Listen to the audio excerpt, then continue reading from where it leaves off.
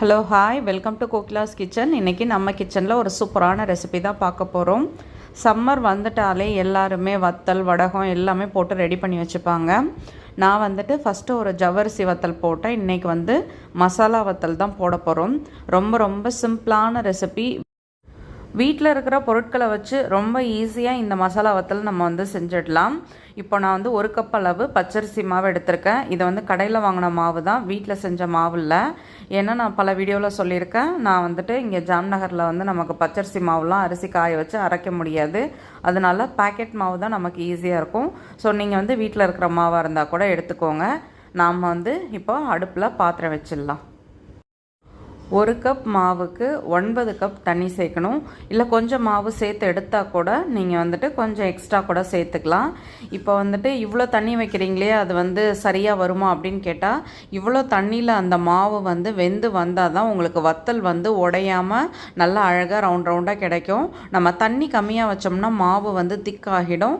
So வத்தல் நடுவில் அப்படியே வீரல் விட்ட மாதிரி போயிடும். அதனால் தண்ணி ஜாஸ்தி வைக்கிறதுல தப்பு கிடையாது. அப்போ தான் நம்ம வத்தல் கரெக்டாக இருக்கும். இப்போ நான் 9 டம்ளர் கிட்டத்தட்ட அளந்து சேர்த்தாச்சு. ஒரு கொஞ்சம் மாவு எக்ஸ்ட்ரா எடுத்ததுனால நான் ஒரு 10 டம்ளராக சேர்த்துக்கிட்டேன். இப்போது தண்ணி நம்ம பாத்திரத்தில் சேர்த்தாச்சு. அடுப்பை ஆன் பண்ணக்கூடாது. ஃபஸ்ட்டு தண்ணியை முதல்ல சேர்த்துட்டு அதுக்கடுத்து நம்ம எடுத்து வச்சுருக்க மாவை இதில் சேர்த்து நல்லா கட்டி இல்லாமல் கரைச்சிக்கணும். கரண்டியாலெல்லாம் கரைச்சா சரி வராது. நல்லா கை வச்சு கட்டி தட்டாமல் நம்ம நல்லா அதை கரைச்சி விட்டுக்கலாம் மாவு. அப்போ தான் உங்களுக்கு தண்ணியும் இந்த மாவும் நல்லா மிக்ஸ் ஆகும். இப்போ மாவு நல்லா தண்ணியில் கரைச்சாச்சு. இந்த ஸ்டேஜில் நம்ம அடுப்பை ஆன் பண்ணிக்கலாம். நம்ம அடுப்பை ஆன் பண்ணிவிட்டு ஃபஸ்ட்டு கொஞ்சம் ஹையில் வச்சு நல்லா இது சூடேற வரைக்கும் நம்ம கொஞ்சம் ஓரளவுக்கு அதை கிளறி விட்டுட்ருக்கணும். அதுக்கப்புறம் சிம்மில் வச்சுட்டு தான் அடி பிடிக்காமல் நம்ம பொறுமையாக கிளறி விட்டு எடுக்கணும். இப்போ பாருங்கள், கொஞ்சம் கொஞ்சமாக இது சூடாக சூடாக உங்களுக்கு மாவு நல்லா கூழ் பதத்துக்கு வரும். இப்போ நல்ல தண்ணியாக இருக்குதா, இன்னும் கொஞ்சம் நேரத்தில் அது மாவு நல்லா திக்காகிடும். அது வரைக்கும் நம்ம பொறுமையாக இதை கிளறி விட்டுட்டே தான் இருக்கணும். நம்ம கொஞ்சம் நேரம் ரெஸ்ட் விட்டுடலாம் அப்படின்னு விட்டோம்னா மாவெல்லாம் அடியில் தங்கிடும். அப்புறம் அடி பிடிக்க ஆரம்பிச்சிடும். உங்களுக்கு வத்தல் சரியாக வராது. இப்போ ஓரளவுக்கு மாவு பாருங்கள், தண்ணியாக இருந்ததுலேருந்து கொஞ்சம் நல்லா திக்காக இருக்குது. இதே மாதிரி பொறுமையாக சிம்லேயே வச்சு தான் நம்ம இந்த மாவை நல்லா திக்காகணும். நல்லா அது தெரிச்சு வரும். ஸோ இந்த வேலை செய்யும் பொழுது குழந்தைங்க பக்கத்துலலாம் இல்லாத அளவுக்கு பார்த்துக்கோங்க. இப்போ இதுக்கு தேவையான அளவு நம்ம உப்பு சேர்த்துக்கலாம். நான் 1 ஸ்பூன் அளவு உப்பு சேர்த்துருக்கேன். இப்போது இந்த மாவோட உப்பு சேர்த்து நல்லா மிக்ஸ் ஆகிடுச்சு. இப்போ பாருங்கள் எந்த அளவுக்கு மாவு நல்லா திக்காகி வருதுன்னு. நல்லா அதிலேருந்து பபிள்ஸ்லாம் வர ஆரம்பிச்சிடுச்சு. மாவு நல்லா வெந்துடுச்சு. இந்த ஸ்டேஜில் நம்ம என்ன பண்ணணுன்னா, கேஸை நல்லா சிம்மில் வச்சிடணும். சிம்மில் வச்சதுக்கப்புறம் தான் நம்ம சேர்க்க வேண்டிய பொருட்கள் எல்லாத்தையும் சேர்க்கணும். நான் வாசனைக்காக கொஞ்சம் பெருங்காயத்தூள் சேர்த்துருக்கேன். இப்போது மாவு நல்லா திக்காகிடுச்சு. இந்த ஸ்டேஜில் நம்ம கேஸை ஆஃப் பண்ணிடலாம். ஆஃப் பண்ணதுக்கப்புறம் 1 ஸ்பூன் அளவு சில்லி ஃப்ளேக்ஸ், அடுத்து 1/4 ஸ்பூன் அளவு மிளகுத்தூள், 1 ஸ்பூன் அளவு சீரகம், பொடியாக கட் பண்ண பச்சை மிளகாய், அடுத்து நல்ல பொடியாக கட் பண்ண மல்லித்தழை. நம்ம மிளகு சேர்த்ததுக்கப்புறம் கேஸில் இதை வேக வைக்கக்கூடாது.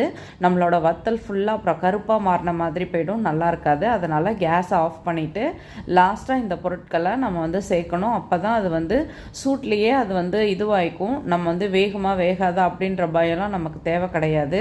இப்போது மிளகுத்தூள் சேர்க்கும் பொழுது கொஞ்சம் கவனமாக நம்ம பார்த்து போடணும். அப்போ தான் நம்ம வத்தல் நல்லா வரும்.